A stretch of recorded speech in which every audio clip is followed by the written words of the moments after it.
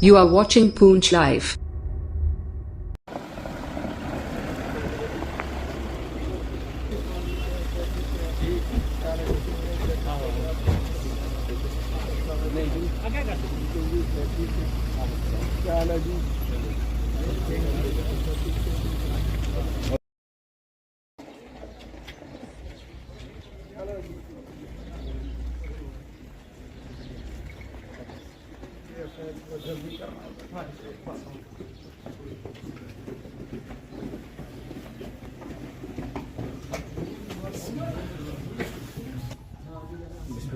आप करें जी, ना ना क्या करते हो, आपके हाथ से पड़े जी, ये करना जी जी।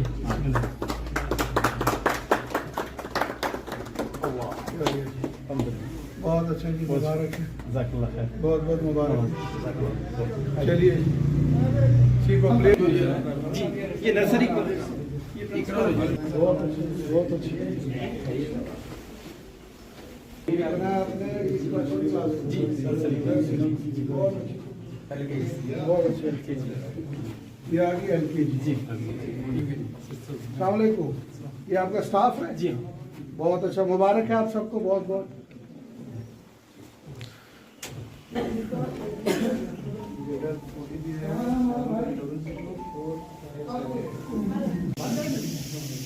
इकरा इंटरनेशनल स्कूल पूंछ में मेहमानान वक़ार ऑनरेबल एजाज जान साहब MLA हवेली पूंछ और मुअज़्ज़ज़ और मोहतरम हमारे रीजनल रिजवान साहब सर। अऊज़ु बिल्लाहि मिनश शैतानिर रजीम। बिस्मिल्लाहिर रहमानिर रहीम। और ये इकरा इंटरनेशनल का थोड़ा सा मैं तारुफ कराना चाहता हूँ। ये इकरा इंटरनेशनल किस तरह से जो वजूद में आया और कैसे आया। आप सभी जानते हैं कि इकरा इंटरनेशनल, इनका जो हेड ऑफिस है वो मुंबई में है। 2009 में इकरा इंटरनेशनल स्कूल का जो क़याम है वो अमल में लाया गया। जो हमारे चेयरमैन मोहतरम मुकर्रम रियाज अंसारी दानेवाला जो मुंबई के रहने वाले हैं, उन्होंने इकरा इंटरनेशनल को किस तरह से वजूद में लाया और क्या मकसद था उनका सबसे पहला जो मकसद था वो ये था कि जो हम तालीम हासिल करते हैं, लेकिन तालीम हासिल करने के बाद हमारे बच्चे आज भी हमारे बच्चे वालिदैन से और बड़ों से बिल्कुल दूर है। वो अपने वालिदैन का एहतराम नहीं कर रहे हैं। मतलब तालीम हासिल करने के बाद भी वो एकदम से बिल्कुल हमसे अलग हो रहे हैं। क्या बुनियादी वजह है? फिर जब उन्होंने सोचा और उनकी ये सोच थी कि इकरा इंटरनेशनल स्कूल को हम वजूद में ला रहे हैं, सबसे पहले हमें जो इस वक्त दूरी है, अल्लाह ताला का जो मतलब अल्लाह ताला ने हम सबको पैदा किया, हमारा जो मकसद था वो हमें पता ही नहीं चल रहा है। कोविड के पहले से ही इस बात की कोशिश थी कि जिला पुंछ में भी इकरा इंटरनेशनल स्कूल की एक ब्रांच खोली जाए। इकरा इंटरनेशनल का तारुफ जो है वो आपके सामने आ ही चुका। मैं थोड़ी सी करिकुलम के ऊपर बात करूं। ये इकरा इंटरनेशनल स्कूल की बुक्स है जो मेरे हाथ में है। ये मॉरल पब्लिकेशन डिजाइन करता है और प्रिंट करता है, पब्लिश करता है, और सिर्फ इकरा इंटरनेशनल स्कूल के लिए ये पब्लिश होगी। इसमें जो एकेडमिक सब्जेक्ट्स का जो कंटेंट है वो CBSE पैटर्न पे है। ये कॉन्सेप्ट 6+6 बुक्स का है। 6+6 बुक्स यानी 6 एकेडमिक की बुक्स होंगी पूरे साल के लिए और 6 अरेबिक की बुक्स होंगी। मतलब अब इनको पढ़ाया कैसे जाएगा? पहले बुक नंबर 1 1 महीने में खत्म होगी या 35 दिन लगते हैं, उसका एग्जाम हो जाएगा। फिर बुक नंबर 2 अरेबिक और एकेडमिक स्टार्ट की जाएगी। इसी तरह से बुक नंबर 3 और बुक नंबर 6 तक ये सारी क्लास का सिलेबस जो है वो खत्म हो जाता है। इसका सबसे पहला जो बेनिफिट है वो बच्चे को क्या होता है? आपके बच्चे को महीने भर के लिए ये वजन साथ लाना है स्कूल। इसके अलावा एक उर्दू की बुक मिलेगी और एक 3-in-1 नोटबुक लानी है पेंसिल बच्चे को स्कूल लानी नहीं है। हर मंडे को आप बच्चे को पेंसिल साथ देंगे, वो हम स्कूल में रखेंगे, हफ्ता भर उसी को चलाएंगे। आप महीने की पहली तारीख को एक इरेजर और एक शार्पनर भेजेंगे, वो हम स्कूल में रखेंगे। पूरा महीना आपको इरेजर और शार्पनर स्कूल नहीं भेजना। बच्चा रोज घुमाएगा नहीं, बच्चा रोज पेंसिल शार्प करके गुम भी नहीं करेगा और गड़ेगा भी नहीं। दूसरा बेनिफिट जो होता है इस बुक का, इस एक ही बुक के अंदर इंग्लिश भी है, मैथ भी है, जीके भी है, पोएम भी है, स्टोरी भी है, कॉन्वर्सेशन भी है, और सारे सब्जेक्ट्स एकेडमिक के जो है वो इस एक बुक में कवर हो जाते हैं एक महीने के। इसी तरह से जब हम अरबिक बुक की बात करेंगे, अरबिक बुक में तजवीद मखारिज, जिसे हम नूरानी कायदा कहते हैं, वो कायदा कंप्लीट हो जाता है। तहफीज, बच्चों को सूरत ज़बानी याद कराई जाती हैं, दुआ, हदीस, अस्माउल हुस्ना, सूरा name, Arabic vocabulary, Arabic conversation, Arabic public speaking, ये सारा इस एक बुक के अंदर कवर हो जाता है। मैं इस स्कूल के बारे में 2-3 पॉइंट सिर्फ बोलूंगा। देखिए, आपने यहाँ पे अपना जब सिलेबस आप डिस्कस कर रहे थे तो आपने कहा कि हम सिर्फ चाहते हैं कि सिर्फ हजरत फातिमा का नाम हो, हजरत अली का नाम हो। तो मैं तो ये कहूंगा कि अगर आप हजरत अली का नाम रहे हैं तो फिर यजीद का नाम भी बताइए कि यजीद की क्या बुराइयां समाज में रही जिससे हम उनको नफरत करते हैं। अगर आप गांधी का नाम ले रहे हो तो आपको गोडसे का नाम भी लेना है कि गोडसे ने क्या बुराई की थी जिसकी वजह से हम गोडसे को बुलाना चाहते हैं। क्योंकि जब तक आप हिस्ट्री बच्चों को नहीं दिखाओगे तो सिलेबस पूरा मुकम्मल नहीं होगा। कि ये इल्तिबास कब से पैदा हुआ, खासतौर से बांडे साहब से मैं मुखातिब हूँ कि दीनी और दुनियावी तालीम के दरमियान जो दूरी है और जो ये तस्वुर है ये कब से पैदा हुआ। ये हमारे दौरे गुलामी की ईजाद है। हकीकत यह है कि दीन और दुनिया की तालीम का कोई फर्क इस्लाम में मलूज नहीं रखा गया। सारी तालीमें अपनी जगह जरूरी हैं। लॉर्ड मैकावले ने जब हिंदुस्तान के अंदर एक तालीमी निज़ाम दिया और उसका बुनियादी जो मकसद था, उसने एक सर्वेंट क्लास बनानी थी यहाँ पर गुलामों की, और उसके लिए उसने जो डिजाइन किया तालीम को, वो उन जरूरतों को पूरा करती थी।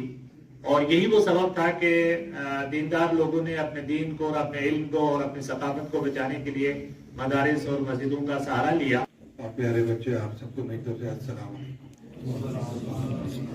आज बहुत ही खुशी का मकाम है कि इकरा इंटरनेशनल स्कूल, जिसका आज फॉर्मल इनॉग्रेशन है, फॉर्मल ओपनिंग है, मैं आज की इस ओपनिंग पे मैनेजमेंट को और प्रिंसिपल को, यहाँ के स्टाफ को और प्यारे बच्चों को दिली तौर पे बहुत बहुत मुबारकबाद देता